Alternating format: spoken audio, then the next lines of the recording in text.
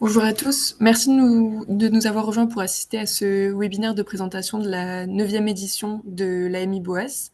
Donc l'objectif aujourd'hui sera de faire une présentation de l'AMI et du dossier de candidature. Donc je suis Agathe Brandy, chef de projet à la direction des partenariats. Nous animerons ce webinaire avec les organisatrices de l'AMI, à savoir Laurie Alla, qui est chef de projet Open Science à la direction scientifique et qui nous rejoindra d'ici quelques minutes, et Naoures Bessassi que je laisse se présenter. Merci Agathe. Donc Naurès Bessassi, je suis responsable de partenariat à la direction des partenariats avec Agathe Brandy et je suis en charge de l'organisation de l'AMI BOAS. Donc n'hésitez pas à poser vos questions dans le chat, on y répondra à la fin de la présentation. Donc on verra aujourd'hui une rapide présentation de l'AMI, du dossier de candidature et de ses annexes, et Naoures vous présentera la convention de collaboration. On va dédier un temps à la fin de ce créneau pour répondre aux questions, donc n'hésitez pas. Ok, donc pour la présentation, donc l'AMI BOAS a été créée par le HDH, donc petit rappel de ce que c'est. Le Health Data Hub, c'est un service public qui a été créé en 2019 qui vise à faciliter l'accès aux données de santé grâce à une offre de services assez complète. Donc cette offre de services, elle comprend un guichet unique sur les données de santé, un catalogue de données qui est en constante évolution et une plateforme sécurisée à l'état de l'art. Donc, dans le cadre de sa mission, le HDH a fait un constat. Donc, malgré l'existence de nombreuses données de santé, l'exploitation reste complexe et fragmentée. 4 grands défis ont été identifiés. Donc, une base principale du SNDS qui reste complexe à l'utilisation. De nombreux algorithmes qui sont développés mais qui sont assez méconnus avec une accessibilité limitée. Peu d'algorithmes qui sont validés sur des données externes. Et un troisième point qui justifie l'élargissement du périmètre de l'AMI depuis la 8e édition, c'est le développement rapide des EDS sur le territoire. Et du coup, on se pose la question de comment est-ce qu'on exploite efficacement ce grand volume de données de manière efficace. Donc pour répondre à ces enjeux, il faut développer des outils qui facilitent des tâches clés comme l'anonymisation, la pseudonymisation, le cohorting ou la visualisation des données. Donc par conséquent, on a 4 grands objectifs pour l'AMI. Le premier, c'est donc le développement, la validation d'algorithmes et de programmes informatiques qui facilitent la réutilisation des données, ce qui permet de mutualiser les efforts autour d'outils de manipulation de ces données, de consolider et de fiabiliser les outils d'analyse de données, et comme la démarche plus globale du Health Data Hub, de promouvoir l'open source dans la recherche sur les données de santé. Donc pour rappel, l'AMI il est ouvert en continu. On effectue plusieurs relèves de dossiers de candidature par année. Donc si ce n'est pas pour cette 9e édition, ce sera pour la suivante. Donc pour résumer les grandes, les 3 thématiques de cet appel à projet, on a la thématique 1 qui concerne la documentation médicale et technique d'algorithmes de code source qui sont développés sur des données de santé. La thématique 2 qui vise à développer, valider et sophistiquer des algorithmes de ciblage ou d'autres programmes qui visent à faciliter la réutilisation de la base principale du SNDS. Et la thématique 3 qui la thématique 3 qui rejoint la thématique 2, c'est-à-dire qu'elle vise à développer, valider et sophistiquer des algorithmes, des codes sources ou des programmes, mais qui vise cette fois-ci à faciliter la réutilisation de données de santé autres que celles issues de la base principale du SNDS. Donc l'accompagnement financier des projets lauréats pour cette édition, pour la thématique 1, s'élève à 10 000 € par projet maximum sur une période de 12 mois et d'un accompagnement de 24 mois avec un montant qui peut aller jusqu'à 100 000 € pour les projets de la thématique 2 et 3. Sur les 8 vagues précédentes, 33 projets ont été retenus, qui sont accompagnés par le HDH, qui couvrent plusieurs domaines thérapeutiques ciblés, comme l'inflammation, l'endocrinologie ou encore l'oncologie, mais aussi des domaines qui sont beaucoup plus variés, comme l'épidémiologie sociale, l'économie de la santé ou le thème de la périnatalité. Donc l'ensemble de ces projets contribuent à améliorer la qualité de vie, à la qualité des analyses, d'accélérer les découvertes médicales et d'optimiser la prise en charge des patients. Laurie est ici. Oui, je peux prendre la suite. Bonjour à Ah, tous. je te Merci laisse la Agathe. parole. Merci. Merci. Du coup, effectivement, la MI Boas, il est vraiment accompagné d'une grande dimension d'ouverture de la science, puisqu'on considère que l'ouverture de code source, ça peut vraiment permettre de favoriser les avancées scientifiques et l'innovation. Donc ici, on a listé quelques avantages de l'ouverture de la science de façon assez non exhaustive, mais notamment, ça peut permettre de fiabiliser la recherche, d'améliorer les résultats de façon continue, d'améliorer aussi l'efficacité de la recherche, puisque ça permet de dupliquer les efforts, mais également de valoriser la recherche en augmentant la visibilité des résultats et des ressources qui ont été produites. Est-ce que tu peux passer? Merci beaucoup. Donc ici, on vous présente la bibliothèque ouverte d'algorithmes en santé. Donc cette bibliothèque, elle a pour objectif de centraliser les algorithmes en santé qui sont partagés en open source. Donc ça peut être des algorithmes qui sont issus de l'appel à manifestation d'intérêt BOAS, mais pas seulement, puisque l'objectif, c'est vraiment d'être une certaine référence pour les acteurs de l'écosystème qui auraient un besoin d'algorithmes en santé. Et donc, il y a aussi des ressources qui sont issues d'autres projets qui sont centralisés dans cette bibliothèque. Donc à ce jour, il y a 36 ressources qui sont disponibles depuis la bibliothèque qui existe depuis un peu plus d'1 an. À l'heure actuelle, il y a seulement 4 ressources qui sont issues de la MI Boas, mais la plupart des projets sont encore en cours, donc on attend beaucoup de ressources de ces projets-là. Et donc, on a encore des ressources qui devraient arriver d'ici la fin de l'année. Donc concrètement, à quoi ressemble cette bibliothèque? Donc on le verra juste après, mais dans un premier temps, on peut reparler des objectifs, puisque la bibliothèque a un objectif double, à la fois référencer des algorithmes de ciblage sur la base principale du SNDS, mais pas seulement, puisque je vous le disais, ça permet aussi de centraliser des algorithmes qui sont issus d'autres types de projets et qui portent donc sur d'autres types de données. C'est un projet qui est collaboratif et ouvert et qui permet donc de faciliter le traitement des données de santé. Donc, au-delà d'être une bibliothèque centralisée, comme je le disais, c'est une initiative collaborative avec différents acteurs de l'écosystème dans laquelle on propose un accompagnement à toutes les étapes de l'ouverture et un partage de bonnes pratiques. Donc, cette bibliothèque, elle est disponible sur le site internet du Health Data Hub. On mettra le lien dans le chat, mais elle se présente sous cette forme-là. Donc, c'est une liste d'algorithmes avec sur la gauche des filtres qui permettent de se déplacer plus fluidement dans la bibliothèque. Lorsqu'on clique sur une fiche, on a une page qui s'ouvre avec une description exhaustive de l'algorithme.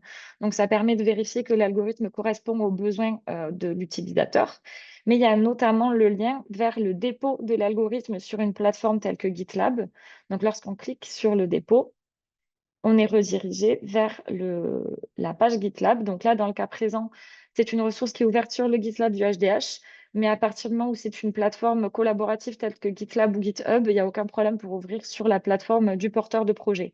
Et donc ici, on a l'algorithme qui est directement téléchargeable et réutilisable de façon simple. Donc, si on résume sur la bibliothèque ouverte d'algorithmes en santé, c'est une liste d'algorithmes qui permet de pointer vers les ressources qui sont directement téléchargeables sur une plateforme collaborative de dépôt. Ce qui est important sur le côté collaboratif, c'est que ces plateformes permettent de mettre à disposition des ressources, quel que soit le langage de programmation. Ça permet de travailler en collaboration pour faire évoluer les versions et ça permet surtout de documenter les changements et d'historiser les versions pour permettre une certaine validation par les pairs et une comparaison des versions. Et donc, comme je le disais un peu plus tôt, nos équipes accompagnent les projets à toutes les étapes de l'ouverture, donc que ce soit au niveau de la documentation, au niveau de l'interopérabilité du code, de la parentalité, du choix de la licence ou du choix de l'outil de diffusion, et bien sûr, un partage de bonnes pratiques. Donc, pour aller un peu plus loin sur l'appel à manifestation d'intérêt, on va vous présenter rapidement le dossier de candidature. Donc, au niveau des critères d'éligibilité, notamment au niveau du dossier, il faut que le dossier de candidature soit complet et conforme avec un format qui est imposé directement sur la plateforme Démarches simplifiées. Donc, il faut que ça soit, on va dire, à la charte. Il faut que le dossier soit soumis dans les délais et sous forme électronique directement sur la plateforme Démarches simplifiées. Ensuite, par rapport au projet, il faut que la demande soit en accord avec le budget qui est proposé et qu'elle ne dépasse pas le montant maximum par thématique. Il faut que l'assiette éligible ne soit pas ou n'ait pas fait l'objet de financement public hors du cadre du présent appel à projet. Il faut prévoir un déroulement du projet qui ne dépasse pas les durées maximales autorisées par thématique. Il faut également que le projet porte exclusivement sur l'une des 3 thématiques qui font partie du cahier des charges avec une formulation de demande d'accompagnement par le HDH qui soit cohérente. Et il faut bien entendu qu'il y ait une dimension open source associée à votre projet. Au niveau du porteur de projet, la personne chef de file doit être une personne morale enregistrée en France qui doit être à jour de ses obligations fiscales. Ensuite, pour aller un peu plus loin sur les critères de sélection, donc ils sont détaillés ici, mais on va rentrer un peu plus dans le détail. Donc, il y a notamment les bénéfices attendus, la pertinence de la méthodologie, la pertinence des données qui seront mobilisées dans le cadre des thématiques 2 et 3, la faisabilité et le réalisme technique, mais également la capacité des porteurs de projet à porter le projet, le dimensionnement et la pertinence de l'accompagnement demandé et le caractère réutilisable de l'algorithme. Donc, concernant les bénéfices attendus, il faut que l'algorithme, le programme ou l'outil qui est proposé ait un intérêt pour la communauté et un potentiel de réutilisation. Donc, s'il y a des références vis-à-vis des travaux ou publications existantes, n'hésitez pas à les inclure dans le dossier.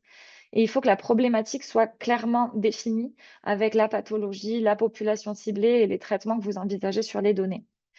Au niveau de la méthodologie, c'est important de bien décrire le format qui est envisagé pour la description de pour la description médicale et technique lorsqu'il s'agit d'une thématique 1, mais également une bonne description de l'algorithme ou de l'outil qui est envisagé, ainsi que la méthodologie qui permet d'assurer sa fiabilité et sa performance pour les thématiques 2 et 3.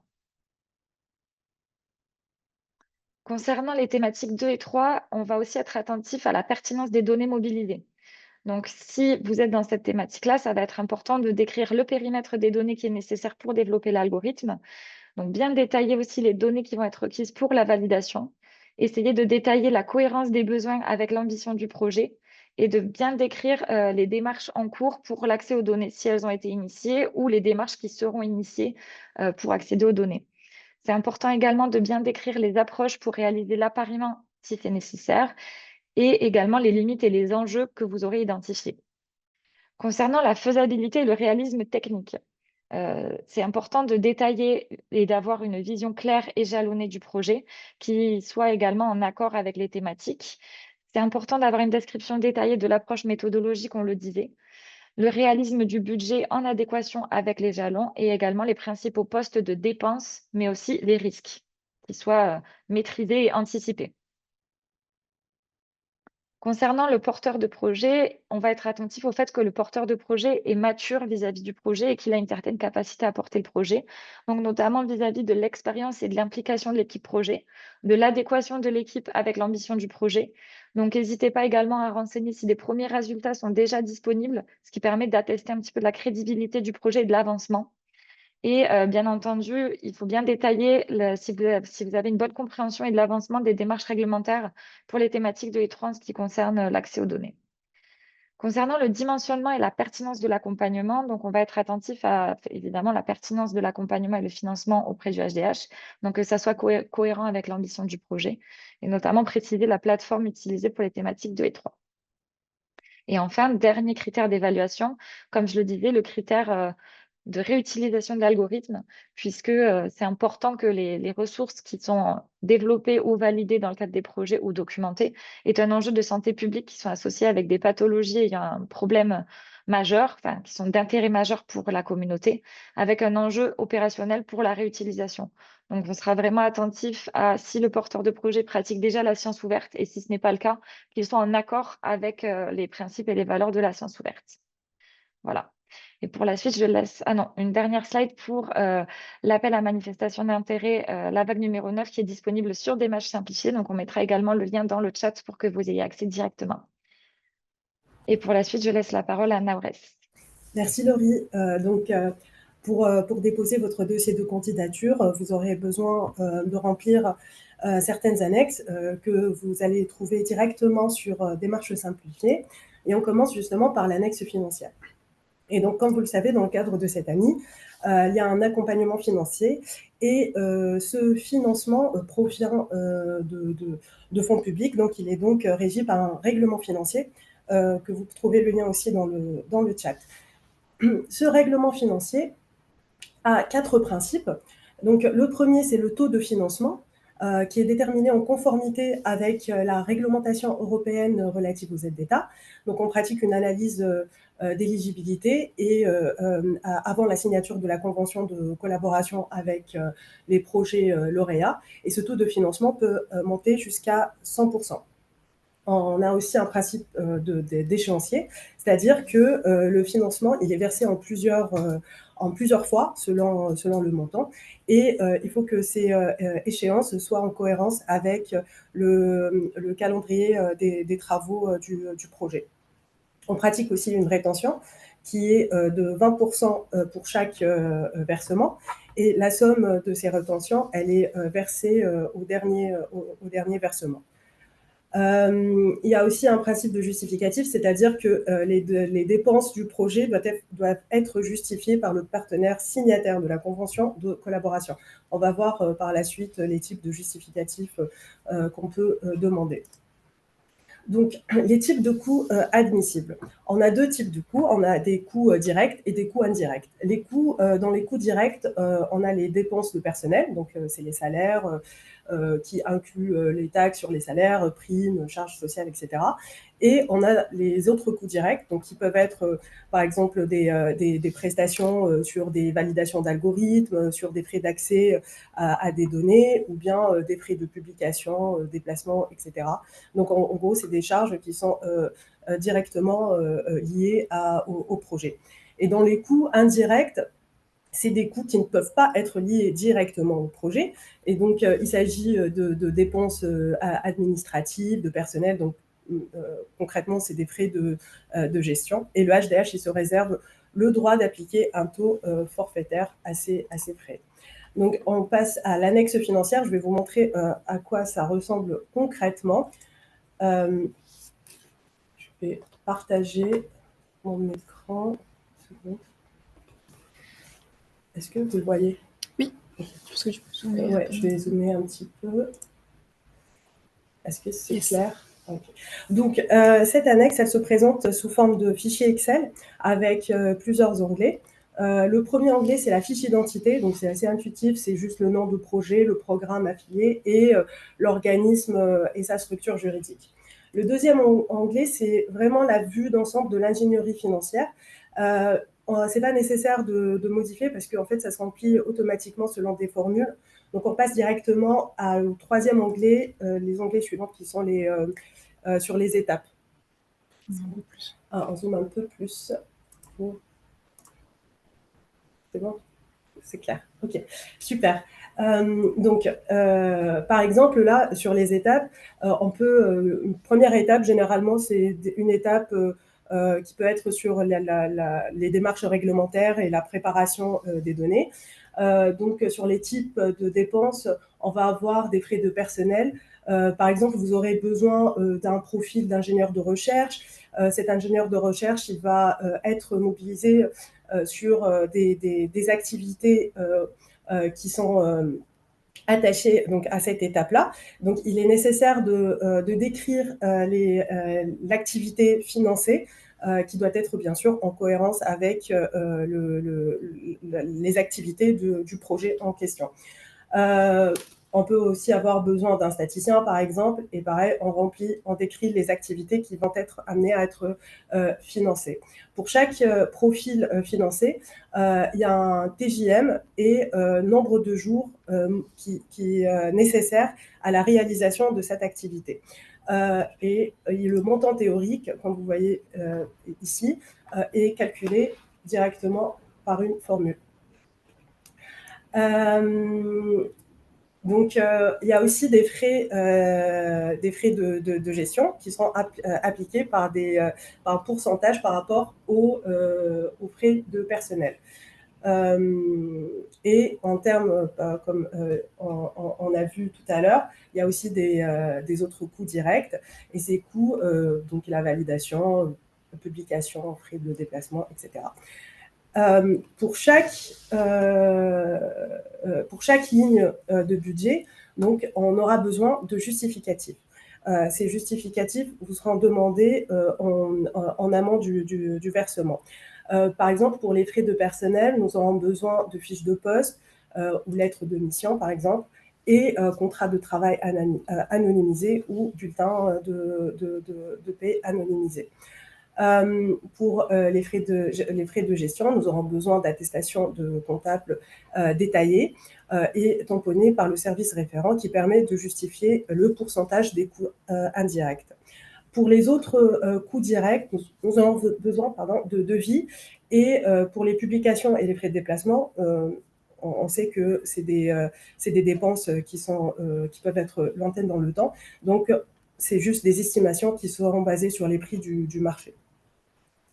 Et c'est pareil pour les autres étapes du projet. Donc, c'est bon pour l'annexe financière. N'hésitez pas aussi à mettre vos questions sur le chat, nous allons y répondre par la suite. Donc, pour la deuxième annexe, c'est l'annexe EDB. Et si le projet repose sur des données de la base principale du SNDS et que vous souhaitez justement exploiter ces données-là, il faut fournir un certain nombre d'informations qui sont consolidées dans une expression de besoin. Ce fichier-là, il suit le format type qui est fourni par la CNAM. Vous trouvez dans le chat justement un guide qui va vous permettre de compléter le DB section par section avec des exemples et des conseils. On passe maintenant à l'annexe fiche projet. Donc la fiche projet, elle va servir à créer une page dédiée pour chaque projet lauréat afin de le promouvoir et d'informer le grand public sur son importance et les bénéfices qu'il apporte à la recherche. Et comme elle est destinée justement au grand public, donc il serait utile de vulgariser un petit peu les informations afin de les rendre accessibles à tout le monde. Et donc là, on passe à la convention de collaboration. Donc, quand un projet est lauréat, on va signer une convention de collaboration avec le HDH et qui va permettre de cadrer les engagements du HDH et les engagements du partenaire.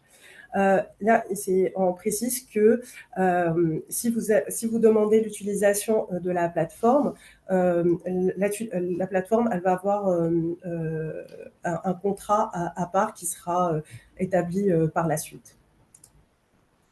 Donc, la convention de collaboration, comme on l'a dit, ça encadre les engagements du HDH. Donc, c'est l'appui en termes de conseils, le soutien financier, la mise à disposition de la plateforme. Et en ce qui concerne le partenaire, ça va être la mise en open source sous licence permissive du code source de l'algorithme de ciblage ou des outils en général qui seront développés, la documentation associée à ces outils-là, et les programmes informatiques qui implémentent les étapes de pré-traitement, de nettoyage des données, etc., qui sont nécessaires à faire tourner les algorithmes. On présentera aussi le pilotage opérationnel du partenariat et les règles de décision, les principes de confidentialité et les principes de propriété intellectuelle, etc. Donc, là, un petit point d'intention, c'est que on encourage à signer la convention de collaboration sous 4 mois après l'annonce des lauréats. Et justement, conformément à notre règlement financier, on applique un taux de rétention de 20% à chaque versement. Concrètement, comment se présente la convention de collaboration? On a un corps de convention qui, justement, prévoit les engagements. Et attaché à ce corps de convention, on a 3 annexes. Donc, la première annexe, c'est la fiche d'identité de l'étude qui décrit les objectifs, le domaine médical concerné, les sources de données et l'espace de travail ou la plateforme utilisée. Pour l'annexe 1 bis, c'est la description des traitements et le calendrier prévisionnel. Donc, c'est la description des différentes phases du projet, le calendrier, les travaux à mener, étape par étape, et les partenaires aussi à impliquer. L'annexe 2, elle régit la propriété intellectuelle, donc qui fixe les droits et les obligations du partenaire et du HDH en matière de propriété intellectuelle. Il y a aussi l'annexe 2 bis qui définit les connaissances propres et les droits antérieurs de tiers, et l'annexe de terre qui liste les résultats escomptés, donc les résultats attendus de l'étude, leurs propriétaires et les licences affectés au HDH ou aux tiers qui vont utiliser la ressource en open source par la suite. L'annexe 3, donc c'est l'annexe financière, et comme on l'a vu, elle décrit les frais, les coûts directs et indirects qui se rapportent à chaque étape du projet. Donc là, juste pour préciser que pour déposer le projet, la convention de collaboration n'est pas à fournir. Là, c'est juste un titre d'information. Et je laisse la parole à Agathe pour la suite. Donc, en termes de vision calendaire, la date de limite des dépôts des candidatures est fixée au 15 octobre à 21 h. Le jury se tiendra début décembre et sera composé de spécialistes qui seront chargés d'établir un classement des projets. Et les projets retenus seront annoncés fin décembre avec, pour les prochaines étapes, un accompagnement du HDH à la fois humain et financier, pouvant aller jusqu'à 100 000 €. Donc, pour résumer, vous pouvez déposer vos candidatures sur le portail démarche simplifiée jusqu'au 15 octobre 21 h. Et en cas de besoin, n'hésitez pas à nous contacter sur l'adresse mail ci-dessous. On se fera un plaisir de vous répondre. Si vous avez des questions, on va prendre un moment dédié pour y répondre.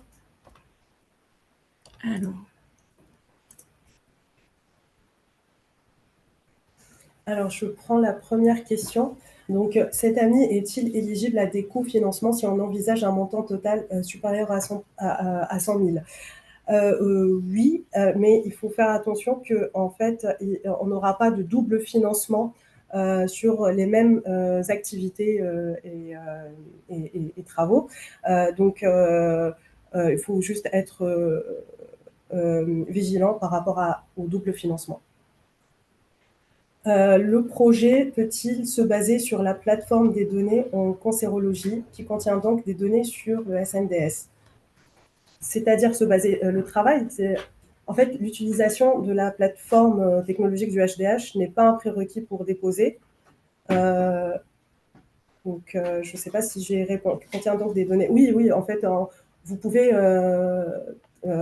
traiter les données, donc avoir un espace de travail hors la plateforme technologique du HDH. Je ne sais pas si j'ai répondu à la question. N'hésitez pas si ce n'est pas clair. Bonjour, les templates que vous avez montrés sont disponibles sur démarche simplifiée, c'est ça? Oui, exactement, c'est disponible. Qu'appelle-t-on financement? Qu'appelle-t-on double financement? En fait, double financement, c'est vous avez le même financement pour les mêmes travaux. Donc, par exemple, si je reprends l'annexe financière sur le statisticien, il va avoir un financement du HDH et un autre financement d'une autre structure. Pour les mêmes dépenses. Est-ce que dans le cas d'un financement à un organisme de recherche, ça comprend bien les overheads pris par chaque institution, INRIA, INSERM, CNRS, etc. Est-ce qu'un partenaire ministériel peut recevoir des fonds? Alors, je pense que je ne sais pas. Est-ce que je peux te laisser la parole, Maxime?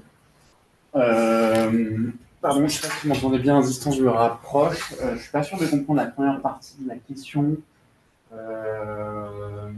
Qu'est-ce que vous entendez par overhead, si vous pouvez juste le préciser. Et par contre, pour le second point, oui, il n'y a pas de difficulté. En fait, il n'y a pas de restriction sur la nature des personnes qui peuvent répondre à l'appel à manifestation d'intérêt. Donc, à partir de là, n'importe quel partenaire peut être éligible sur la LI. Donc, pas de difficulté. J'imagine que c'est les frais indirects sur les overheads, mais je ne sais pas s'il y a quelque chose d'autre en tête. Simplement, effectivement, il y a des frais de gestion qui sont possibles d'être pris en charge pour les personnes pour les organisations par exemple, qui seraient bénéficiaires des fonds de manière directe. Donc, sachez que dans le règlement financier, on précise bien que cette prise en charge peut s'élever au maximum à 15% du coût de la masse salariale qui sera déclarée dans l'annexe financière. Donc, c'est tout à fait possible. On aura juste besoin d'avoir une petite attestation qui permet simplement d'expliquer à quoi sont liés les fonds de frais de gestion et nous expliquer, nous traduire le pourcentage qui sera pris en charge. Donc, c'est possible.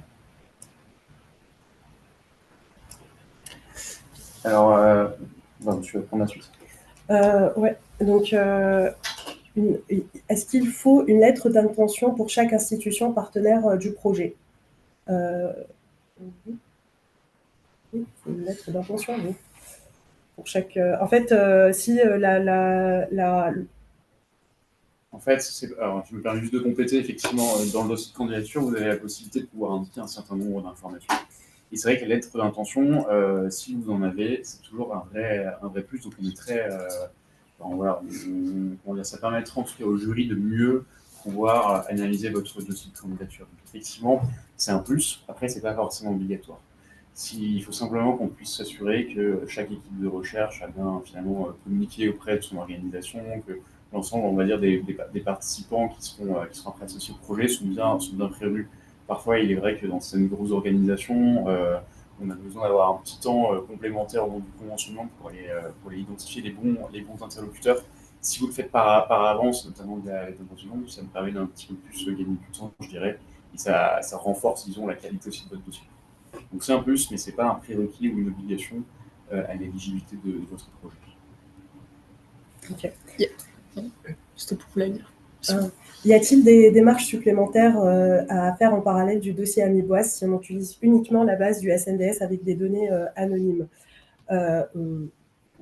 Oui, il y a des démarches, mais en fait, ces démarches, on accompagne, suite donc à la sélection des projets lauréats, le HDH accompagne les porteurs du projet sur les démarches réglementaires. Donc, sur l'écriture du protocole, le dépôt du protocole au CSRS, et après, la constitution du dossier CNIL. Donc, il y a des démarches réglementaires à faire, mais ce n'est pas à faire obligatoirement en parallèle du dossier Amiboise.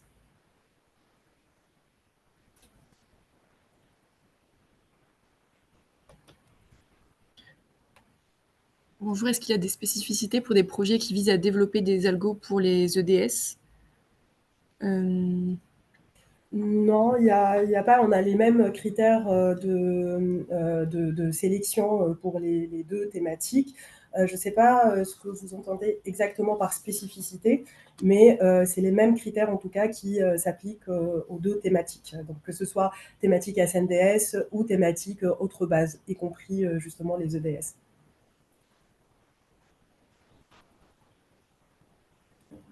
Le développement de l'algorithme, notamment sa validation, peut-il inclure des données externes qui seront à merger avec les données du SNDS? Oui. Oui. On a des projets qu'on accompagne qui utilisent des données externes pour la validation. Donc, oui. Bonjour, faut-il impérativement avoir obtenu une autorisation CNIL avant le démarrage d'un projet, sachant que les délais peuvent être longs alors que le financement ne couvre que 2 ans? Donc non, en complément justement de l'autre question, non, nous, le HDH accompagne sur les démarches réglementaires, donc on peut vous aider voilà, sur la rédaction du protocole CSRS et la constitution du dossier CNIL. Je me permets de prendre la question parce que c'est la suite, je pense, de ce à quoi j'ai répondu. Ouais. Effectivement, Madame Abdekassi, c'est ça, c'est tout à fait ça, on s'est bien compris. Donc il y a bien la possibilité de pouvoir inscrire dans l'enveloppe des frais de gestion, frais de traitement, toujours des vocabulaires un peu différents, mais je pense qu'on se comprend. Et là, vous me évoquez 13%, donc on est bien dans ce qu'on peut le prendre en charge. Maximum 15%, mais 13%, il n'y a pas de souci. Et donc effectivement, ce sera donc le résultat, si vous voulez, ce sera le produit, donc 13% qui seront appliqués aux frais de personne de la structure. Donc ça, à mon avis, ça répond en fait exactement à votre interrogation. Okay. Bonjour, si 2 entités collaborent sur ce projet, est-il possible que les 2 entités soient coporteuses du projet ou bien faut-il définir un seul porteur de projet? Non, c'est possible d'avoir 2 coporteurs, mais après sur la signature de la convention, on peut avoir 2 signataires et on peut avoir un seul signataire. Donc ça, tout dépend de rôle et de type d'accompagnement demandé par chaque entité. En complément sur ce point, effectivement, ça dépendra, comme disait Naores, du rôle. Donc si vous êtes co-responsable de traitement dans le cadre de l'étude, ça fait du sens. Mais on peut avoir aussi d'autres logiques en termes aussi d'affectation des fonds. Et les bénéficiaires directs seront signataires de la convention, mais vous pouvez très bien imaginer que l'un soit plutôt chef de file du projet et reverse derrière. C'est aussi une possibilité, il y a des montages différents. En tout cas, c'est des points qu'on voit aussi au moment du conventionnement, donc on pourra rediscuter. On peut avoir aussi des enjeux de propriété aussi. Voilà, c'est pas forcément fermé. Votre dossier de candidature, il permet de bien comprendre le projet de recherche. Mais derrière, il y a tout à fait un échange qui sera organisé pour pouvoir monter la convention de collaboration ensemble et s'assurer que finalement que ça réponde au mieux, en tout cas que l'encadrement juridique réponde au mieux à votre projet de recherche. Donc on pourra revoir tout ça, mais c'est pas une difficulté. Deux entités, il n'y a pas de problème. Je prends la suivante. Bonjour, auriez-vous des informations sur la date de la prochaine vague à MIBOAS? Donc, l'annonce des lauréats étant prévue fin décembre, on envisage le lancement de la 10e vague en début d'année 2026. Dans la suite. Doit-on préciser quelque part ce qui se fait sur fonds propres? Exemple personnel en CDI. Sur fonds propres. Alors, tout à fait, ça répond aussi un petit peu à la question par rapport à si vous avez d'autres sources de financement. Si effectivement, dans le cadre de votre projet, vous avez déjà une vision assez claire de tout ça, c'est tout à fait intéressant de le détailler. Il y a une partie du dossier de candidature qui est relative aussi à comment vous allez monter le projet en termes de calendrier ou d'affectation des fonds. Moi, je pense que c'est une super idée de pouvoir l'indiquer parce que c'est très clairement des questions que se posent les jurys en se disant par rapport à l'enveloppe qui est proposée dans le cadre de l'ANI, est-ce que c'est suffisant pour couvrir un projet aussi ambitieux? Et si vous nous dites, effectivement, on a déjà anticipé cette dépense-là et que nous, avec l'organisation est prête à la prendre à sa charge, je dirais que ça renforce aussi la crédibilité du projet, ça montre aussi une forme de maturité aussi dans l'affectation des fonds, et ça ne peut que aller dans le bon sens, je dirais. Oui, tout à fait. Et en complément, c'est juste que l'annexe financière, elle sert à détailler l'accompagnement financier demandé au HDH. Donc, que l'enveloppe qui sera financée par le HDH. Si on est un CHU, mais on veut prendre des stagiaires de l'université, faut-il ajouter l'université comme partenaire, même s'il n'y a pas directement des chercheurs de l'université impliqués? Projet porté par des hospitaliers. Il faut que le CHU paye à l'université le fonds pour la convention de stage. Une question. Si j'ai bien compris, effectivement, la question, c'est un peu de l'ordre du montage, je vais expliquer aussi par rapport au rôle et responsabilités. On peut tout à fait, alors ça dépend un petit peu de ce qui sera un petit peu réalisé par cette personne, je dirais, mais de ce que je comprends, l'idée, ce serait d'un point de vue, en tout cas financier, d'en faire une forme de l'indiquer comme sous-traitant, comme prestataire, plutôt à la convention. Et là, à ce moment-là, le bénéficiaire direct aura l'ensemble des fonds et charge à lui de reverser. Donc ça, c'est une possibilité, on peut l'imaginer comme tel. Et là, effectivement, ça allège aussi un petit peu la présentation du justificatif, puisque finalement, avec une facture, nous, on pourra tout à fait traduire en fait finalement à quoi ont servi les fonds. Donc c'est une possibilité. Ça aussi, ça fait partie de points qu'on va regarder et discuter ensemble avec les lauréats de l'appel à la manifestation d'intérêt. Et on pourra tout à fait soit les passer en bénéficiaire direct, soit voir si on n'identifie pas un montage qui soit plus pertinent à votre projet et puis aussi qui soulage un point de vue administratif les différentes parties prenantes. Et c'est une possibilité.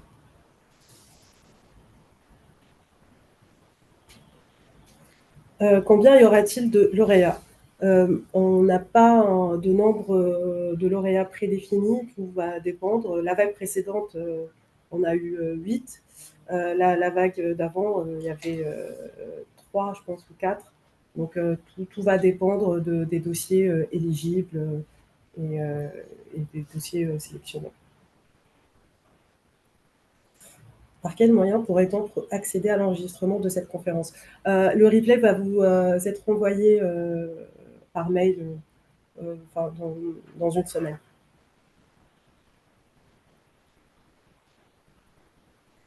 Est-il possible de déposer pour l'amélioration et la validation d'un algorithme, le développement de l'algorithme initial ayant été financé en amont par un autre biais?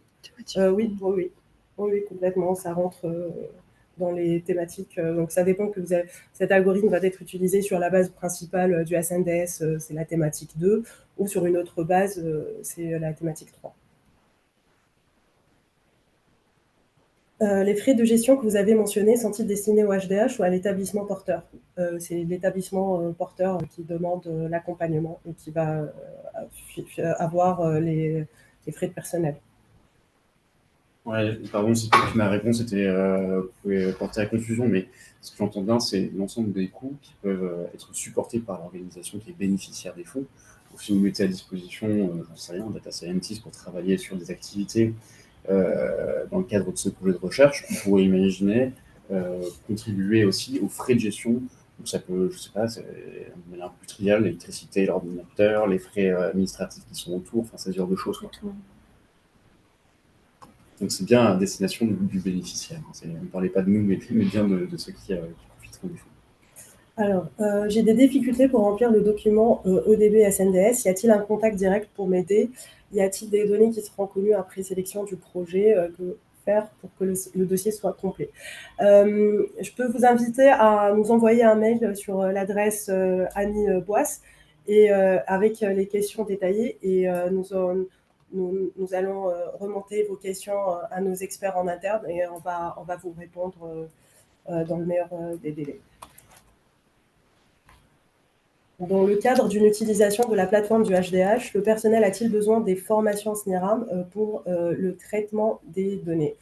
Alors, il y a des... Oui, c'est un point que, pour les projets lauréats, c'est un point que vous allez voir plus tard avec les opérateurs projets, mais il y a un certain nombre de formations qui vont être proposées. Mais y compris, je pense, les formations SNDS. Mais ça sera par la suite. Ce n'est pas du tout un prérequis pour l'utilisation de la plateforme.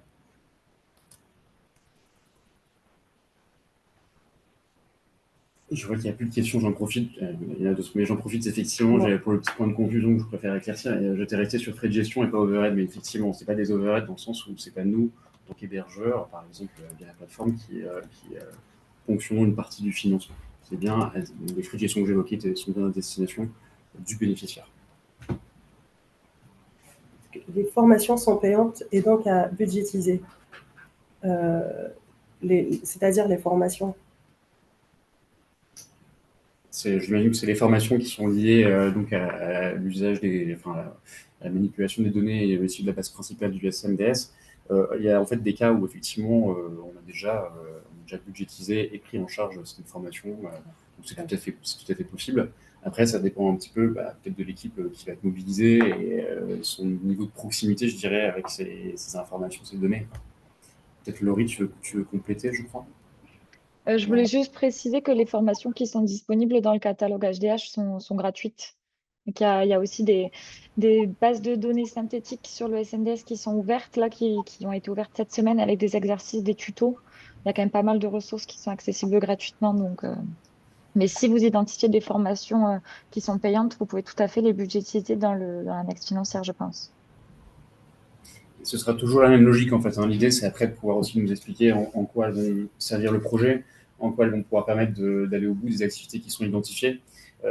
Effectivement, si simplement les formations qui sont mises à disposition de manière gratuite sont suffisantes, peut-être que c'était une formation payante, elles ne sont pas nécessaires. Voilà. C'est un peu savoir où est-ce qu'on met le curseur, et c'est aussi à vous, au moment du conventionnement, de nous expliquer un peu ces différents points pour que nous, on s'approprie au mieux votre projet de recherche et qu'on puisse aussi en interne après pouvoir le ficeler, je dirais, et que l'ensemble des financements puisse vraiment répondre à l'objectif final.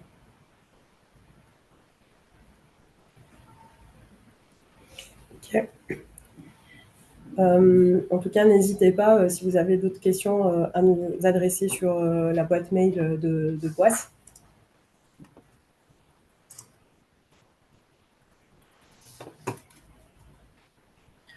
On va attendre encore quelques minutes si jamais une question venait à surgir. Mais en attendant, merci beaucoup pour votre attention, et du coup, on reste évidemment disponible sur la boîte mail, comme le disait Nawras.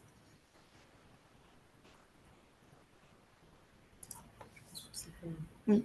Donc, si pas d'autres questions, je vous souhaite une excellente journée et merci beaucoup pour votre participation. Merci. Merci beaucoup. Bonne journée. Au revoir. Bonne journée. Au revoir. Au revoir.